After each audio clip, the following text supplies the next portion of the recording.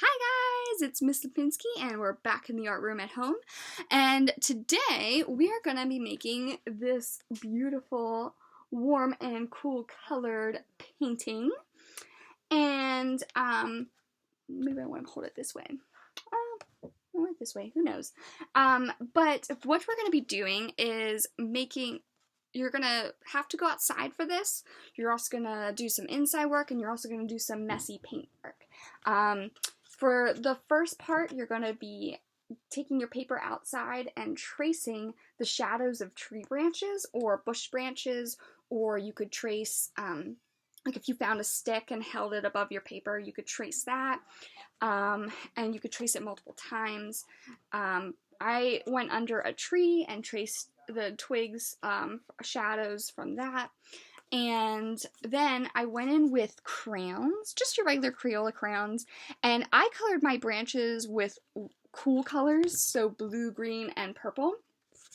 And then I made Fizzy paint, which is made with water, baking soda, and food coloring. And I chose to do warm colors, red, orange, and yellow. And then you can use vinegar on the top of that, and it will start to literally fizz, which is super cool, and give you this really cool effect. Now, and this is the whole fun of the thing about experimenting with it, I put a lot of vinegar on these sides, but not so much in the middle, and you can tell because there's not that much of a contrast, like the spots aren't there. So when you are putting the vinegar on, make sure you're putting it all over the paper. And you can get as wild and crazy with it as you want. You don't have to have little spots. I was putting little spots because I didn't know how it was gonna look. So you can get as wild and as crazy as you want with the vinegar on the paper. And then once you're done, you're going to want to put it in a place to dry. I put it on a baking sheet, and I put that in my garage on my dad has a workbench, and I just laid it there to dry overnight. And then when I got up in the morning, all the baking soda had powdered and formed on the top, and then I literally just took it outside and I brushed it all off, and you had this really cool effect. And so for yours, if you want to change it up and do warm colored branches and a cool color background, you are more than welcome to do that. It's your artwork, so you decide how you want to design it. Alrighty, so without further ado, let's get to the making. To start this project, all you're going to need is a pencil and paper. Now you want to find probably the thickest paper that you have. I happen to have watercolor paper, so that's what I'm going to use. But if you have construction paper, that will probably work just as well too. You're also going to need to make sure that it's a nice sunny day when you do this, and this activity you will have to go outside for this first half. You will have to find a tree or a bush. Now I am actually using this fallen tree limb that I found to get a really nice shadow that I can see. But what you're going to do is you're going to lay the paper down. You can either have it along from underneath a tree or a bush, or like how I'm doing, a fallen tree branch. And then what you're going to do is you're going to trace the tree branch limbs with your pencil.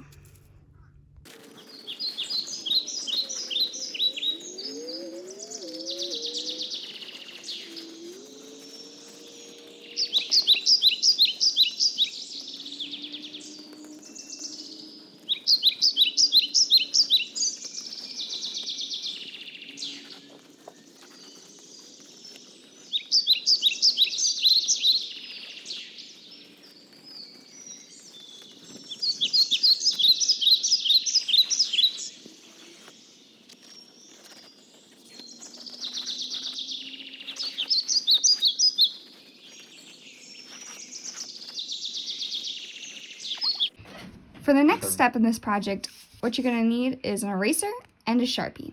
If you don't have a Sharpie at home, you can also use a Crayola black marker or a black pen. Alright, what you're going to do next is you're going to trace your tree limbs. Now remember, you don't have to use a ruler for this because tree limbs aren't exactly perfectly straight. They have bumps and grooves in them, so you don't have to make it perfect. You can just do your best tracing it with what you got. When you finish tracing with Sharpie, you're going to want to erase all your pencil marks. So that way you have a nice clean finish when you go to do the next step. Now what you're going to need for the next step is crayons.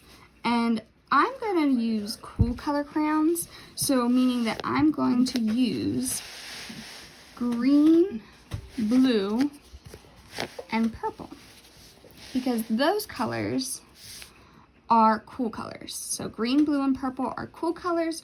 Warm colors are red, orange, and yellow.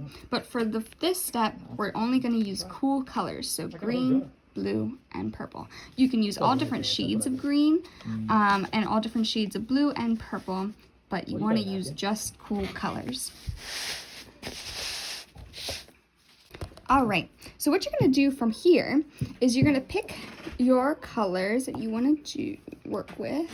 I'm going to use this color, it's called blue-green, and I'm going to just color in my twigs. Now, instead of coloring each twig, I could color in each twig a different color, but I think what I'm going to do is I'm just going to even do some transitioning of colors. So I'm going to use this turquoise blue, and I'm going to color in some from there. So it kind of looks like there's almost shading. So there's like a dark to light. Then I'm going to use, this one does not have a name, but it's a gel one. So it'll be super bright blue. And this one is sky blue. I'm going to use that one. And then this is called Periwinkle. I'm just going to shade it all these different colors blue. You don't have to do it this way. You could just color it all one solid color of blue. Then you could make this branch green. It's up to you, but what I'm going to do is I'm going to use multiple colors on one branch at a time. So then on this branch, what I'm going to use, let's do, or hold on, let's move my paper. I'll do this branch here. And I think I'll use green. I'll use, this one is just called green.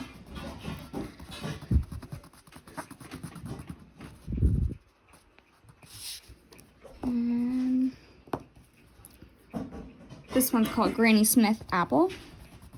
Ooh, that's a pretty green. I love the different colors and names of the Crayola crayons. I don't know if you've ever read them before, but I like to read them and see what colors they are.